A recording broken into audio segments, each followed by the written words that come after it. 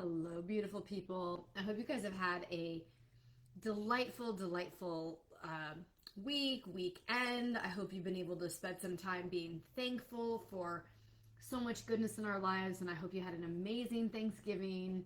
However you spent it, we had such a good time with a little bit of, relaxing and rest and relaxation, a little bit of decorating more for the holidays, a little bit of golf time getaway with my husband and I after we had just an incredible time with our family. Just so much fun, you guys. But what I realized is this can be a very stressful time of year. What do you guys think? If you had to rate your stress level, 0, no stress at all, 10, super high stress, where would you be? And the big question I want to ask you guys is, it's not always like, where are you, but is it more than normal? Is it more than normal?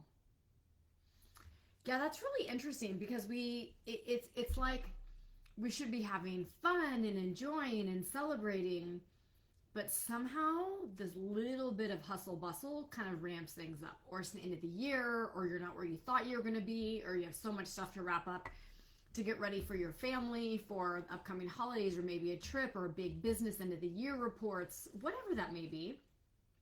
But I'm bringing this up today because if you guys don't know, where the state of stress is in our modern world today. Any guesses? How's the state of stress in general? I don't know. What do you think? Hey, you guys, nice to have you there.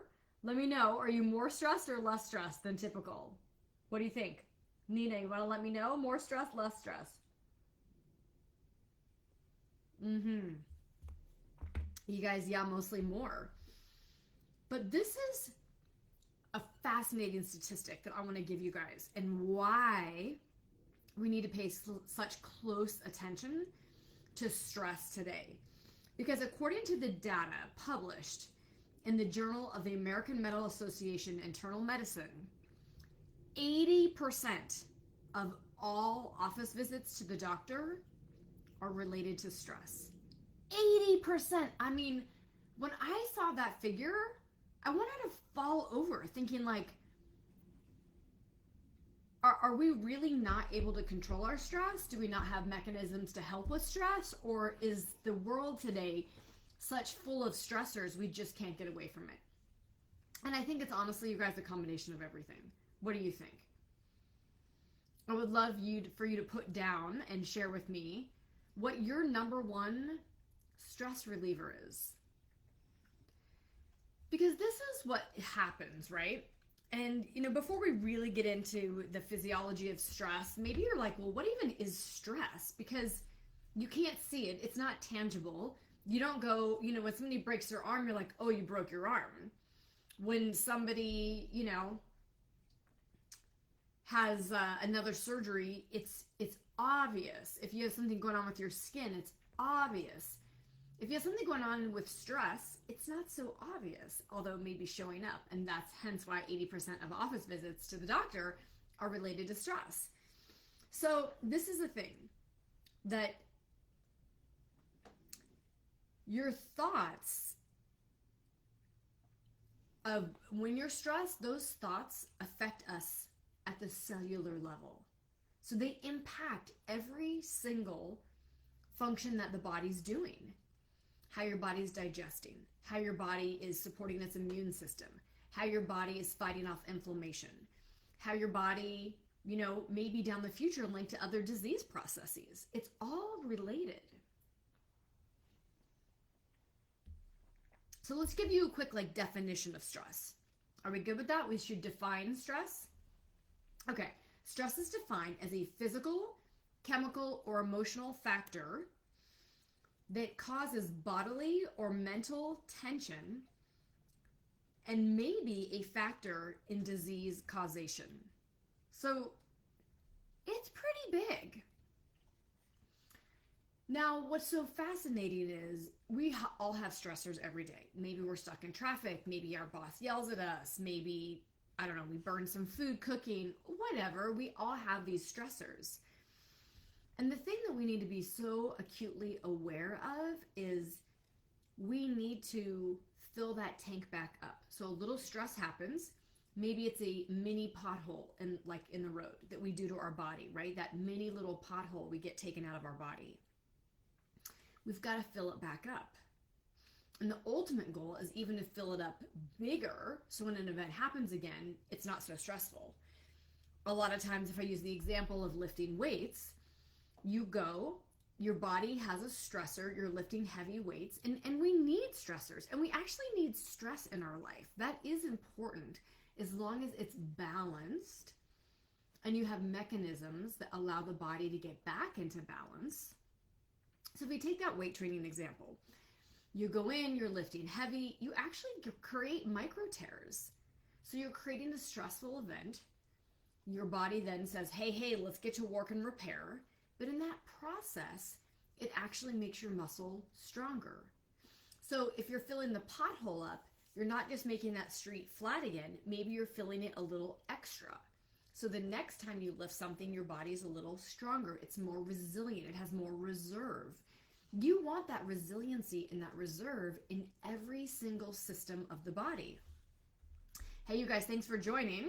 We're talking about stress, right? And it's 80% of all office visits to the doctor have stress as their underlying number one indication. And maybe then that leads to a cardiovascular event or some other event. But it's due to this uncontrolled stress. So we're trying to talk about what it's really doing in the body and what you're doing on a daily basis to refuel yourselves, to not let yourself get full of potholes of stress. Because over time, if those potholes are not full, or they're not even beyond full, you've got a little hole. That stressor comes again, the hole's a little deeper hole. A stressor comes again, it's even deeper hole. And maybe it's other holes all over the place. Now your body is like working like it's, Swiss cheese, and your cells can't communicate. Your body isn't functioning. And you're wondering why you're getting sick more often. You're overwhelmed more often. Maybe you have a new unfortunate diagnosis because you've not been listening to your body. But when I say listening to your body, it's giving you very quiet messages. Maybe you just don't wake up refreshed. Maybe you're a little, brain fog. Maybe you've been given the diagnosis of like chronic fatigue, right? You've run yourself down so much, your body can't get itself back. So there's many, many factors that create stress. It could be relationships. It could be finance. It could be your workload. It could be things you're not refueling yourselves, meaning you're not sleeping well. You're not fueling your body. Did you know that nutrition or food itself can add to stressors in life? It's really interesting because before you even eat your food, we take note of what the food looks like, how it's presented to us. And believe it or not, your palate, and not only just what you're going to taste, but the texture of your food will give you this satiation of, I feel good and I don't need more. Or if you don't get that, you'll go look for other foods or other crunch or other salty flavors or something. I'll give you an example. There's many foods out there today that are very soft overall. Anybody out there ever as a kid eat like the TV dinner, the Salisbury steak? I remember my parents would go out to dinner and we had the babysitter. We thought it was so cool because we got the TV dinner. Anybody else out there have their TV dinners? So who remembers the Salisbury steak, kind of that soft, mushy meat, then the mashed potatoes that were kind of just soft, smushy, not so flavorful mashed potatoes. And then maybe your vegetable, although I laugh, the vegetable's like corn. It's not even a vegetable, right? Another starch. Again, a little soft and mushy. And then to top it off, I think we got like a little brownie or something in that TV dinner. But that too was like soft and mushy. So the palate never got anything crunchy. The palate never actually got satiated with eating that meal. So it's no wonder later on you maybe found yourself jumping into some chips or some Oreos because you're looking for the crunch. Who has ever like bitten into a piece of fruit? You expect it to be nice and crunchy and firm, and it's like, oh, it's a little mealy, it's a little soft. Not only you're not expecting that, but then you're like, is it rotten? Is it even good for me? Is it healthy for me? And so it's just interesting that we have such this perception of food and what food will do in the body, and if our body is satiated. So it's very, very good to eat things like maybe you're going to have a crisp apple and you're going to have it with a great nut butter. Maybe you're going to have an amazing, some carrot sticks or broccoli, and you're going to, or some chips. It doesn't have to be potato chips that are bad for you today. There's a lot of really great chips out there on the market that are made from, flax seeds or chia seeds or all different sorts of other options, but better choices, made with maybe better oils, all that stuff. But dip that in, let's say, hummus. So you're getting the crunchy and the soft and the different contrast of flavors. And your body will feel satiated because it's completing the taste and completing the crunch. There's actually a research study called like the potato chip study or the crunch study. It was out and it took Pringles, because Pringles are the most uniform chips out there, right? Because they come in a little stack and they're all exactly the same for the most part. So what the study was looking at is, if you made a louder crunch, would it be perceived as tastier? And the answer was yes.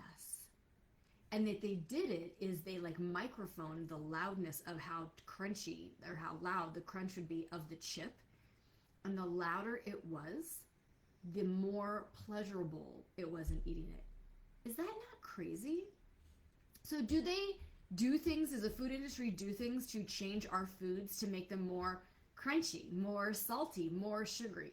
Absolutely. They're playing into all the research. But you need to understand, you need to eat for the benefits of reducing your stress. And, not eating that right combination, not eating, food that's high nutrient, has a lot of nutrient density in it. All the things you guys know. And we're not going to jump into food, because food in and of itself can cause more stress or less stress. And if you're satisfied with your palate, if you're slowing down your eating and you're really chewing that, say, 25 times a chew, crazy, it's a lot of chewing. But see, if you're eating soft food, you don't need to chew it that much. You get satiated, and your saliva and your DNA mixes with the food and tells your body it's safe, it's good for me, I should take it in, versus scarfing our food down. So much of our modern world, from the hustle bustle, from eating, not sitting down with meals, from not having time together, creates more and more undue stress. And with this time that we're going into right now, that people are, out and about more, you might be, consuming more food with friends. I want you to think about, when you start eating, am I satiated? Am I eating just to eat, or am I satiated? Absolutely slowing down, making sure that your body is actually able to take in that food, take in the nutrients, because otherwise sometimes we eat it so fast it can practically be excreted before we even take in those nutrients. But choose something crunchy. Choose that healthier option when you're with people, and make yourself engage in conversation. Because actually, the more you're chatting, guess what? The less you'll eat. But truly, think about, they say that Mondays is the highest incidence of heart attacks, right? So don't let Mondays and Mondays leading into December be the most stressful Mondays ever. Take this time to say, I see you, stress. Thank you for being there. We all need a little of it. It's good for our bodies. It's helpful in so many ways. But at the same time, I've got you, stress. It's under control. I'm going for my walks. I'm in my sauna. I'm slowing down with my eating. I'm doing my meditations. I journal. I hang out with really good people. I laugh a lot. right? All those things that we know reduce that level of stress. And so don't let food be that extra culprit during this time of year, kind of put you over the edge. Because certain foods not only can create extra stressors in the body as the body doesn't communicate well, but they also can create more of this like oxidative stress, this rusting of your cells, this aging process faster because you're not supporting the cells for that cellular communication and to get it back into balance. But the big picture I want you guys to understand is stress is a really big deal and we need it. That's the awesome thing, right? But we need to manage it. And when I say manage it, I hope you fuel your tank back up, not just to fill that pothole, but actually build it bigger. So you become more resilient in your immune system, resilient in your cardiovascular health, resilient in your mental health, resilience in our musculoskeletal strength systems for our strengthening. Become resilient in life and do not let stress get the best of you. There's so many resources out there that I know you can tap into, whether it's free, whether it's paid, whether you're listening to podcasts, whether you're reading books, whether you're hiring coaches, whatever that may be. But take stress and the stress response serious, that you want to pour into yourself, fill yourself back up, and not let stress or not let that one more thing be the straw that breaks the stress of you, with you being one of those statistics of 80% of people going in for the next doctor's visit, all related to stress. So I'd love to hear from you guys. I want to hear what your number one stress relieving strategy is, because we all should share it. And sometimes we don't even think about it because maybe one of you guys knits or paints or does an activity like riding horses that we wouldn't think of, that, oh my gosh, this allows that stress response to let go. It allows me to pour back into myself. So what do you do out there? Because other people would love to know. I always hope this was helpful. It's so great to pour into you guys. I love being here with you. And so until next time, we will chat again real soon.